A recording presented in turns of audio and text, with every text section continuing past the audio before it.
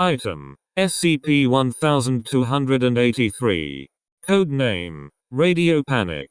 Object class: Safe. Special containment procedures: SCP-1283 is to be contained in a soundproof storage locker, tuned to a frequency free of broadcasts, with volume on its lowest setting. It is to be checked daily for damage or irregular activity by staff equipped with sound dampening headphones. In the event that SCP-1283 activates and SCP-1283-1 begins speaking, the nearest Level 3 staff is to be notified immediately, and whoever is determined to have triggered SCP-1283, 1 is advised to ignore all vocalizations and remove themselves from the area immediately. In a testing situation, participating researchers are required to wear sound dampening headphones for the first 5 minutes of the test, to ensure that only the intended test subject will trigger SCP-1283-1. In the event that personnel other than intended test subjects begin to focus on SCP-1283, they are to be restrained and sedated immediately.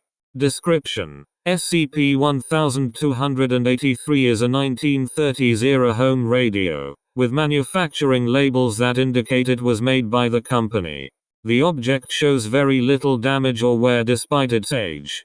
Despite the object's obsolete parts, it has shown to be capable of receiving signals and playing with a consistently high quality of sound, with very little noise or interference.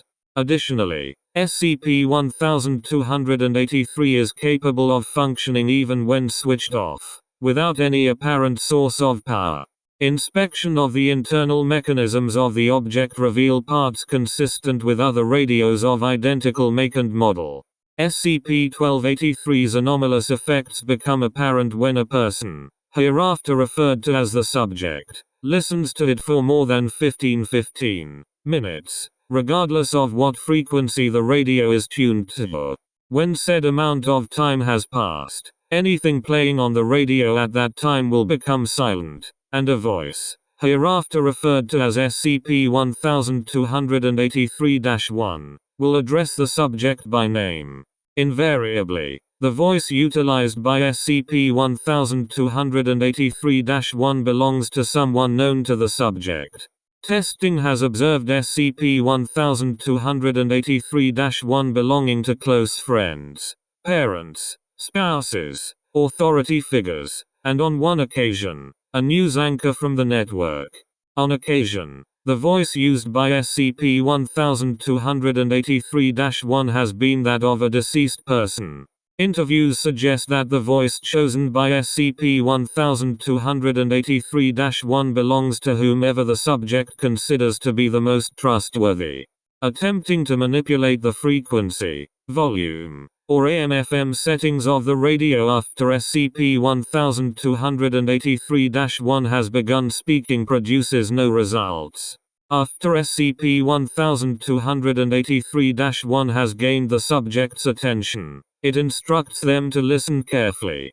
At this stage the subject will begin to focus exclusively on SCP-1283, and will resist attempts to distract them from it. SCP-1283-1 will then provide the subject with information regarding an upcoming event.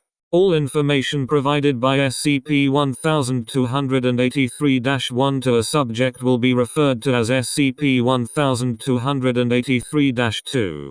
SCP-1283-2 occurs in 3 individual phases, each prefaced by a distinct phrase that has been present across all testing. The 3 phases appear to have nothing connecting them, and only currently affected subjects display any awareness of meaning.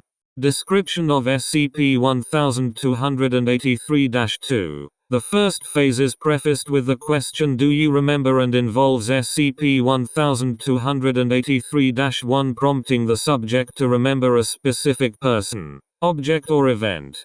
This phase, like SCP-1283-1, has shown to have personal relevance to the subject, either directly or indirectly. One subjects display no difficulty recalling this information, regardless of obscurity. The second phase, prefaced with the statement something bad is going to happen, involves SCP-1283-1 giving a warning to the subject. To outside listeners, this warning is cryptic, meaningless, and appears to bear no relation to the first phase. However, no test subject has expressed confusion in regards to the warning. Instead, subjects react with initial shock and surprise, followed by increasing levels of anxiety. Despite distress, subjects continue to resist attempts to stop them from listening to SCP-1283. The final phase of SCP-1283-2 is prefaced with the statement you can stop it. Here, SCP-1283-1 delivers a set of instructions to the subject, with an assurance that following them will stop the threatened event. The instructions vary from simplistic and easily performed to complex and dangerous, and no discernible pattern has been observed. After instructions have been given, SCP-1283-1 becomes silent, and expected programming will resume. At this point, the subject's anxiety will have grown into a severe panic, and they will indicate an intense desire to perform the instructions presented to them and avert the threatened event. Attempts to stop the subject from doing so has resulted in pleading, threats, and in some cases, violent resistance. Addendum 1283-1. If subjects are allowed to successfully complete the given instructions, their panicked state dissipates, and subjects typically report feelings of intense relief. Observation suggests that subjects act with above-average calm and reasoning abilities in future panic situations. 2 interviewed subjects report retention of memories of the radio conversation, but any questions regarding the warning given in the second section of SCP-1283-2 elicit only confused responses. No subject has been able to determine any connection between the prompted memory and the warning. In the event that a subject is kept from performing the given instructions for an extended period of time, their panic will continuously increase, until the subject proves inconsolable and displays a single-minded drive to follow the instructions. However, these effects have proven reversible. Heavy sedation and Class A amnestics used in conjunction have proven effective in countering the effects of listening to SCP-1283. Subjects dealt with in this manner do not display any desire to perform the given instructions, but have shown to be more susceptible to anxiety and panic. SCP-1283 Test Log. Note: the identity of the voice used by SCP-1283-1 is determined either through post-test interviews with the subject, or inference from subject dialogue towards SCP-1283-1. While it is common for subjects to speak to SCP-1283-1, at no point has SCP-1283-1 responded to a subject's statements or questions. For this reason, testing logs will exclude subject transcripts. Test 1283-1201. Subject: D20283. Voice of SCP-1283-1, Julia, D20283's wife. Record of SCP-1283-2.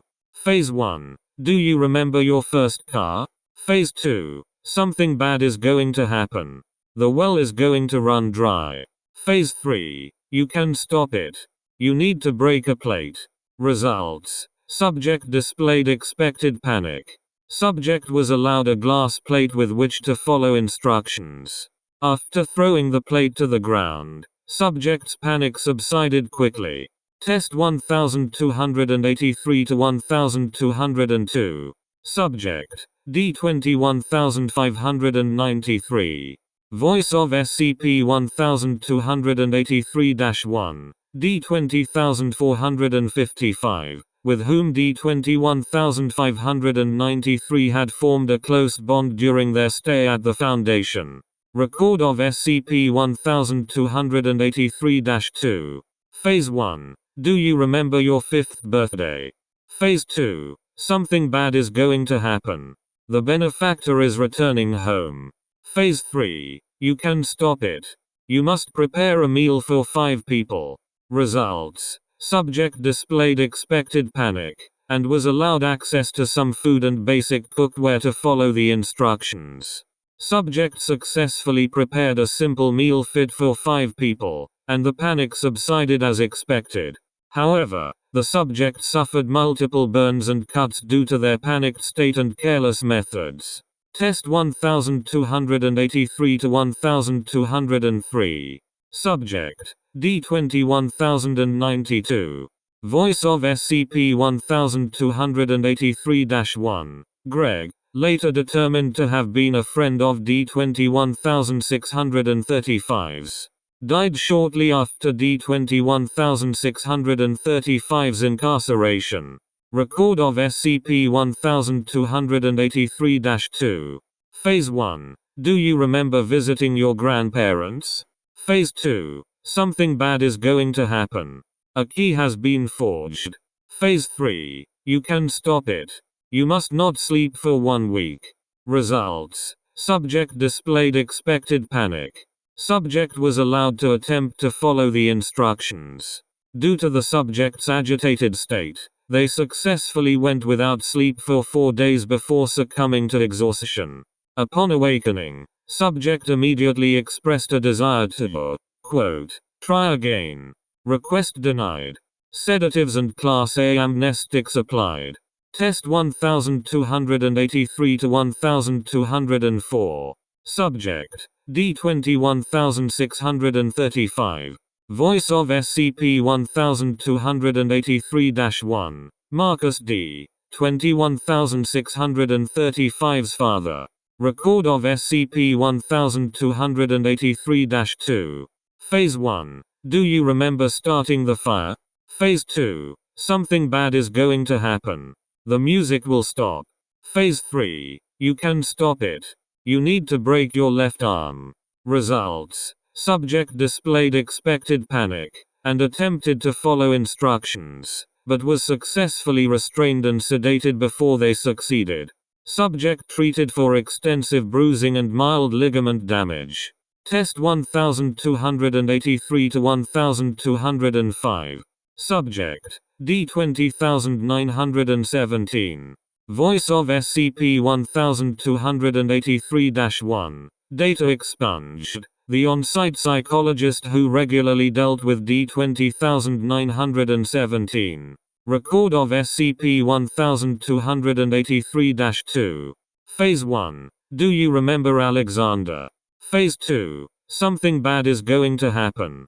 The authors grow impatient. Phase 3. You can stop it. You must travel to. When you arrive, you must find a child and take them from their home. Keep the child hidden for days. Do not allow the child to know your name.